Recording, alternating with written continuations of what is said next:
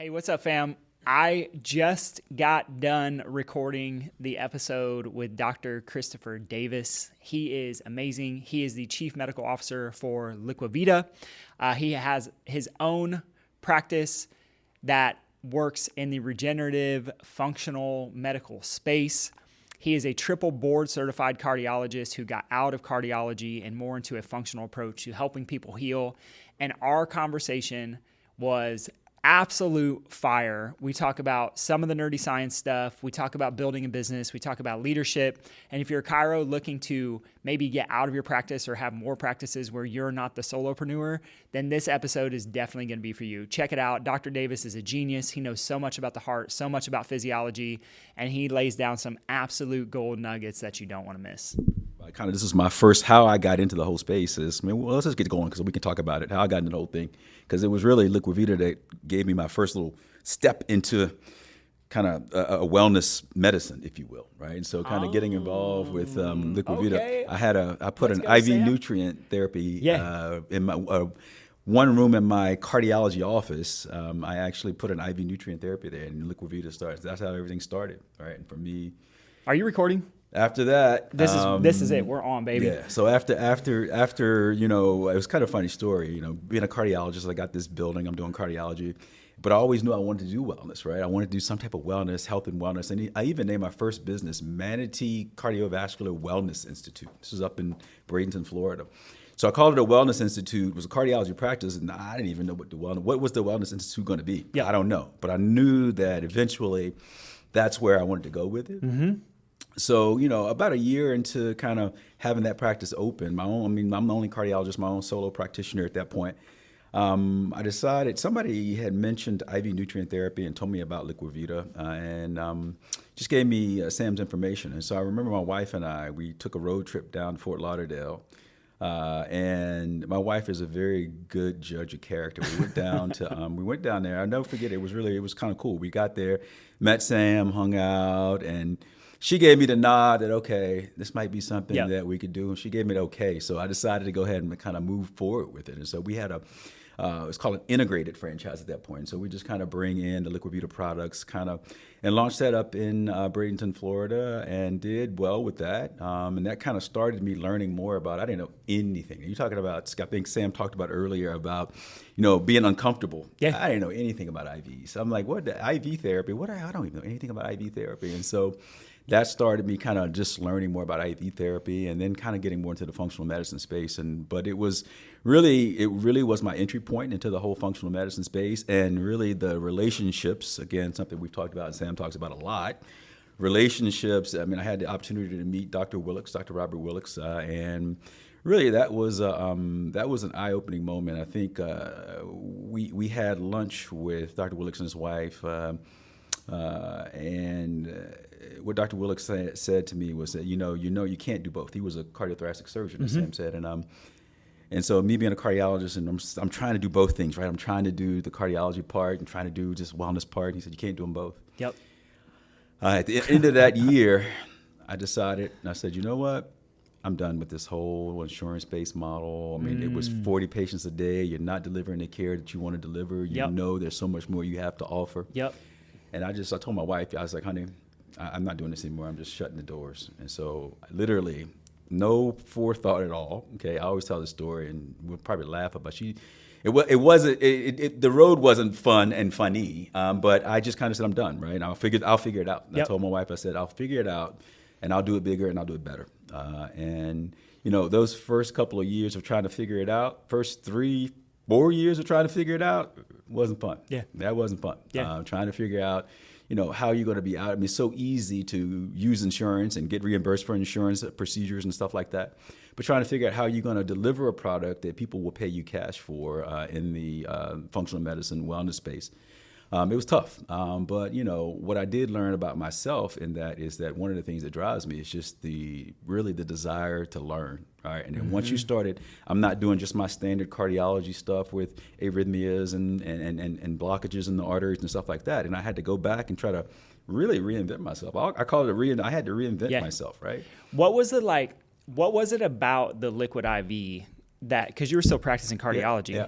So I don't know. To me, it seems like there's a disconnect between like, all right, we're very, and even like my brother, he works in cardiac rehab. So, but my brother's like, we're preventative. And I'm like, he's like, we're preventing a second heart attack. Right. And to me, that never made sense because I'm like, preventative would be like, we prevent the first one, right? Right. So that's a little bit of my story. But for you, what was that switch of like, oh, there's something to this like functional, preventative, holistic mindset versus like the traditional cardiology that you had been practicing? What was it that like caught you? Well, honestly, it's just a revolving door, man. After doing, so I did interventional cardiology for 10 years, right? And somebody come in, you put a stent in, and we do all the traditional stuff we typically do. We put them on their statin, they take their beta blocker, and they'd be back in 6 months again, right? Yeah. So after 10 years of seeing the same thing over and over and over, that revolving door, I knew there had to be a better way, and I knew that, I've always been into health and fitness myself, and really, I think what happened was the biggest thing that happened with me is myself. I started hearing about this ketogenic diet, right? And I'm a cardiologist who, for the life of me, would never even think about telling somebody to eat a ketogenic diet at that point, right? But I was reading all this data that was coming out on reversing diabetes with a ketogenic diet. I mean, that's exactly the opposite of what we learned, right? And so I kind of just dove into that for a little bit, and then I started doing it myself. I started to eat ketogenic myself. And what happened to me, I mean, it was incredible. I was just like, holy cow. I mean, I lost 15 pounds and my body fat was about 8-9% after doing a ketogenic diet. And I'm thinking to myself, wait a minute, that's not what I learned in medical school. Yeah. Okay. So really that opened my eyes to, wait a minute. There's more to this. There's more to kind of some of the things that I'm telling people. Now, so that was really, I think when you experience things like that yourself and you start to realize like, wait a minute, have I been miseducated? Am I not kind of telling my patients some of the things that they should be doing? Now, I will say, let me just clean that up a little bit. Then a ketogenic diet is not something that I do regularly now. It's not something that I recommend for everybody either, okay? But it was just enough for me to start thinking through, okay, there are other things here, right? There are other things that we should be thinking about. So that was kind of the big thing that opened my eyes. And then after that, I really got into the space more and started researching and learned about IV therapy. I thought that was just a good kind of to bring into the practice from just the overall helping people feel better, giving them more energy. And again, I didn't know a lot about it, but I just saw that I saw it as a potential additional cash revenue to the business.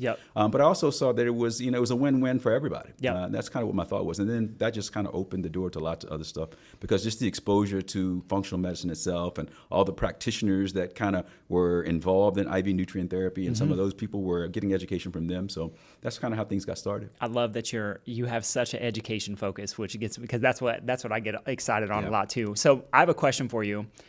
Change gears just a little bit, but it'll get into some of it. So go from like a mechanistic side. I think in the like wellness space, a lot of times people throw around root cause. To you, how would you define root cause? Oh yeah, that's a great question. There is, I can keep this pretty simple. Okay, when we talk about root causes of diseases in general, I would say, and 90%, if not more than 90% of all chronic disease is caused by a combination of inflammation, oxidative stress, and that inflammation and oxidative stress causes mitochondrial dysfunction. So I don't really care what the disease process is, whether it's heart disease or diabetes or neurocognitive diseases like Alzheimer's and Parkinson's, autoimmune diseases. It really doesn't make a difference. It's all driven by oxidative stress and inflammation and mitochondrial dysfunction. So when I see patients that come in, I'm a cardiologist, but I see now in my practice, I have 2 other doctors that are in my practice now, and we see everything because I literally was starting to see everybody because when you look at it from that perspective, you don't just treat the heart by itself. It's not the heart doesn't work in a bubble, right?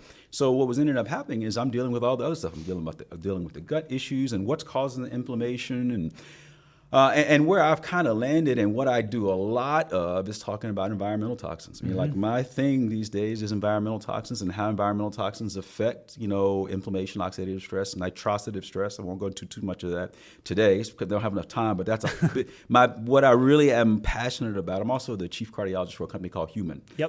And in becoming that cardiologist for HumanN, who's a nitric oxide company, I dove into this whole nitric oxide world and realized that there's this concept called nitrosative stress. I'm like, what the heck is nitrosative stress? We all know what oxidative stress is, but what is nitrosative stress? And when you open that can of worms, all of a sudden, you realize there's a lot of stuff we haven't talked about. Again, we don't have enough time to talk about that today, but that is something that we are certainly, I promise you, because I'm going to be screaming it from the trees, and we can actually see and measure some of this stuff right now. But this oxidative stress and nitrosative stress is driving most chronic disease, and so that is the root cause, and kind of figuring out what's causing the oxidative stress and inflammation, and a lot of times the toxins. And then the other thing that I've recently kind of brought in that I kind of had not forgotten about, but really wasn't looking into as much as I should is infections like EBV and CMV and other infections that Lyme disease. These things cause a lot of inflammation and oxidative stress that cause chronic disease as well. So that's when we talk about root cause, it's really looking at oxidative stress and inflammation. Yep. So how much would you say of that oxidative stress inflammation comes from environment? I'm going somewhere with this question, by the way. I would say probably 85-90%. Okay. So next question then, if I'm somebody listening who doesn't know, because I sit with people every day, I'm sure you do too, people who tell me, and Sam, you talked about it as well, people are like, well, I'm not stressed. And I'm like, well, you have Wi-Fi blasting through every other room in this building except for this room because it's remediated. But so give me, if for somebody who's, because it can get overwhelming, right? When you start looking at water and you start looking at food, and we go all down all the rabbit holes. But for to keep it simple for somebody, if they're listening and they're like, I don't know what to do to deal with my environmental stress, what would be the big three that you're like, got to tackle these? Yeah. So first of all, and it's gotten to the point right now, and I've done so many environmental toxin tests that you really don't need. I mean, I still do the test on everybody. The test is very expensive, but if you really want to know, I would recommend trying to get an environmental toxin test. And the reason for that is, if there is ongoing exposure, you want to know about it. Okay, but say you don't have access to the test, you can't afford the test, then the things we need to do to minimize to minimize the environmental toxins, one, drink clean water. Okay? Amen. Come on. Water is number one, and I don't joke. I don't joke about this, but I will never drink tap water a day in my life ever again. I've done again thousands of these environmental toxins. I will never drink tap water again. Okay. Number two, second thing I think, and I'm just going to tell you what I see most commonly. Now I live in Florida, so. The second thing I see most commonly is pesticides and herbicides, and they likely come from the foods that we're eating, right? How we are actually treating our food sources, and also from, in Florida, golf courses. I hate to say this. If you're a golfer, I'm sorry, but I'm just going to tell you what I see every day. Okay. I can tell you stories and I can show you cases that will literally blow your mind, where people are chasing cholesterol all day. I'm going to tell you, we're missing the forest for the trees. Because, I have people with cholesterols of 100, okay, and they still have massively progressive coronary disease because of the oxidative stress and inflammation caused by all of these toxins that we're talking about. Okay? Interesting. So, and then the last thing I think, probably the other environment, the plastics in our environment, BPA, phthalates, so that's something we see very commonly as well. And so really just trying to be as clean as you can. Now, I will say the biggest thing you can do for your health, from my perspective, if I had to choose one modality or one thing you need to do to try to minimize the toxins that you've been exposed to, is sauna. Okay, I'm the biggest sauna fan. I tell my staff I should be a sauna salesman at this point. I really should be a sauna salesman, because what I've seen, I'm much less aggressive than I used to be with my detox protocols, simply because if somebody is using a sauna 4, 5, 6 days a week, then we are able to get rid of a lot of those toxins just by using the sauna. So, I have all the modalities. I have a longevity center. We have hyperbarics and cryo and light beds, but the sauna is the number one tool with respect to your overall health and well-being. And not just because of the toxin remediation, but also stimulating nitric oxide, mobilizing stem cells, right? Upregulating something called heat shock proteins. So saunas have so many other benefits that if you have access to it, or you can put one in your home, there's no better tool from an overall longevity perspective. Gotcha. Do you guys have, I don't know if you said it, but do you guys have cold plunge in your clinic as well? So I have a cryo chamber. So okay, gotcha. Cryo, so we do contrast therapy and cryotherapy, yes. So I have clients who ask me all the time, they're like, should I do sauna? Should I do cold? Should I do the contrast? Should I do both? Give, from your perspective, the cardiologist, and dude, if you need to break it down like women versus men, because I'm more on board in that conversation, but I would love to hear from a triple board certified cardiologist. I want to be honest with you. I don't know that I can give you a definitive, this is the right way to do it all the time. Yeah. Okay. I can tell you that I like to do what makes the most sense to me first is actually to do the cryo first. Yep. And then do the light with the nitric oxide release and stuff with the light bed or sauna, Yep. either one. So I do cryo light bed is what I like to do personally. My regimen is cryo light bed. Yep. And then I will do kind of sauna after that. Cool. Okay. Gotcha. Now, the data behind that, can I say this is why and stand behind it, defend it? I really can't. And I haven't seen any data to support it yet. Yeah. Yeah. But you work with enough people too, so Yeah. I love it. Yeah. All right. So you are, among many other things, Chief Medical Officer for Liquivida. Correct. 30 plus locations all over. What are you on the clinical side? Like, what are you responsible for protecting?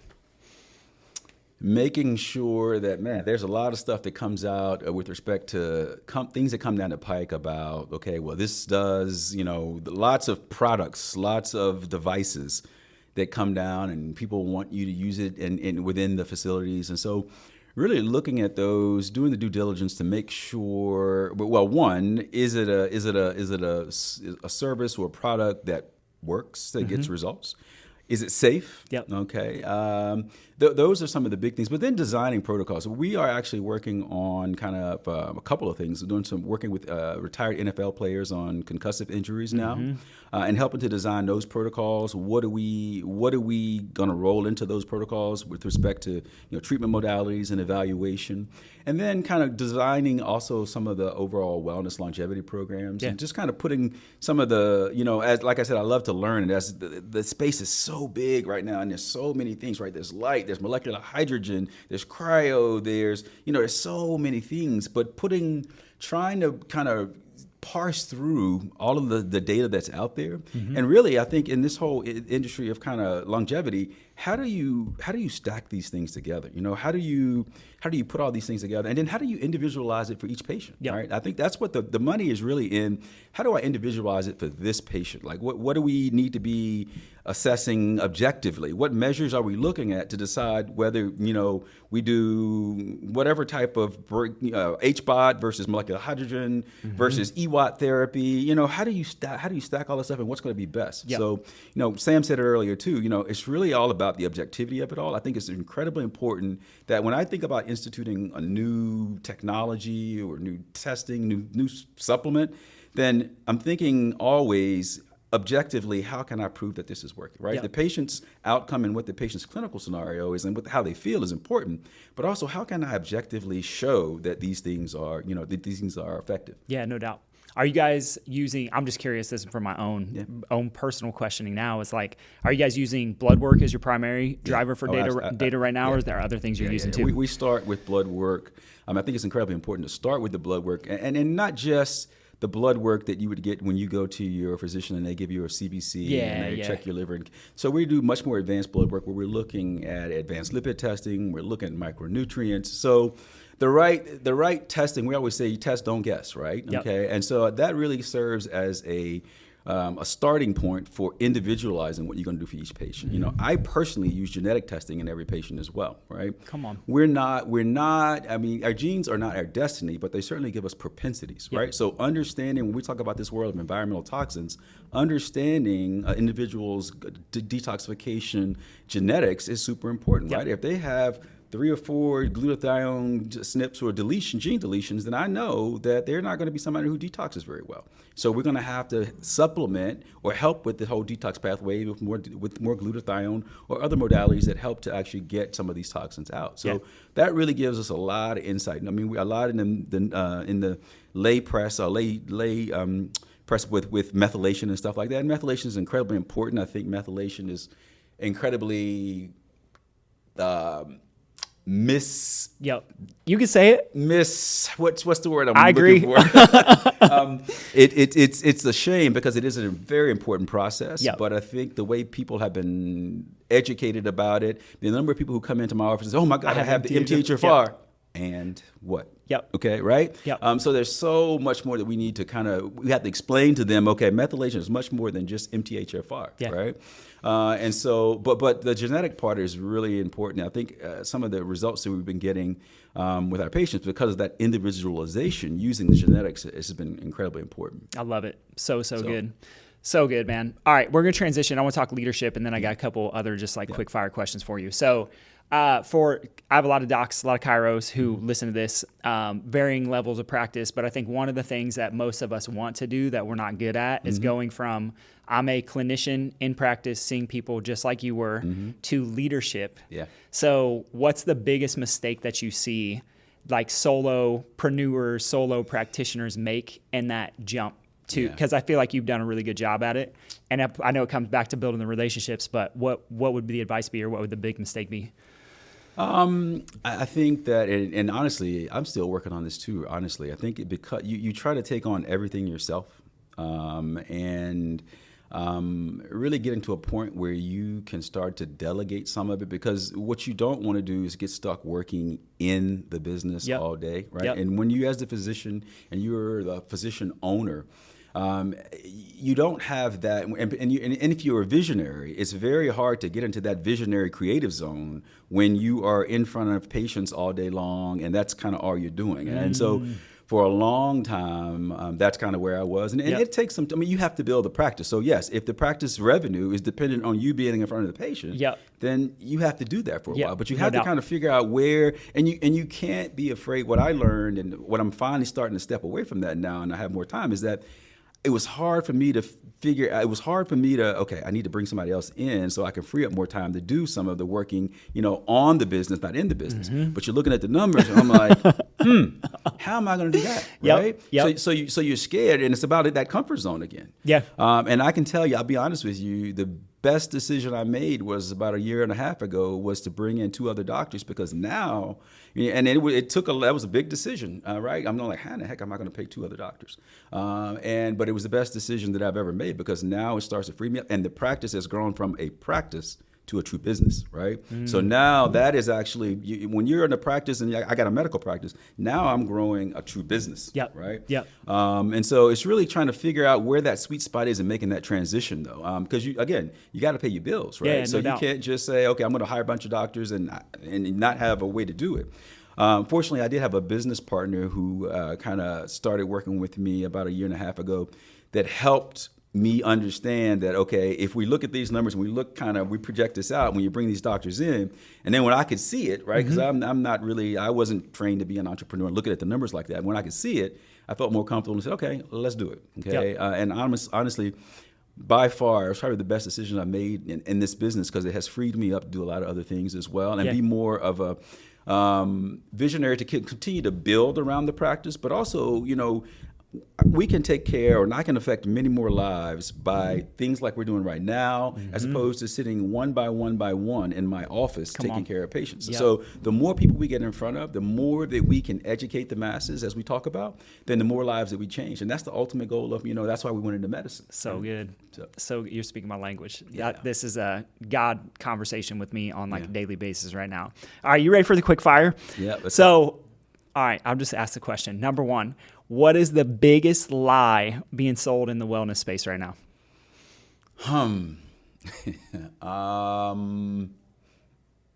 The biggest lie. It still all starts with what you're putting in your body. I don't hear enough focus on that. We've got all this stuff that we can use, but the most important thing is what we are putting in our body. Come on. What we put in our body. So good. Yeah. It doesn't have to be that complicated. No. It really, like all the stuff is cool. I tell people this all the time. I'm like, but Sam and I talked about it when I was in Florida. I was like, you can just go walk on the beach. Yeah. You don't have to go to the red light first as a first resort. You know what I mean? Right. So anyway, okay, last one. And then I want to have you let people know how they can get in touch with you. What trend, like moving forward, that's kind of new and maybe cool, makes you nervous?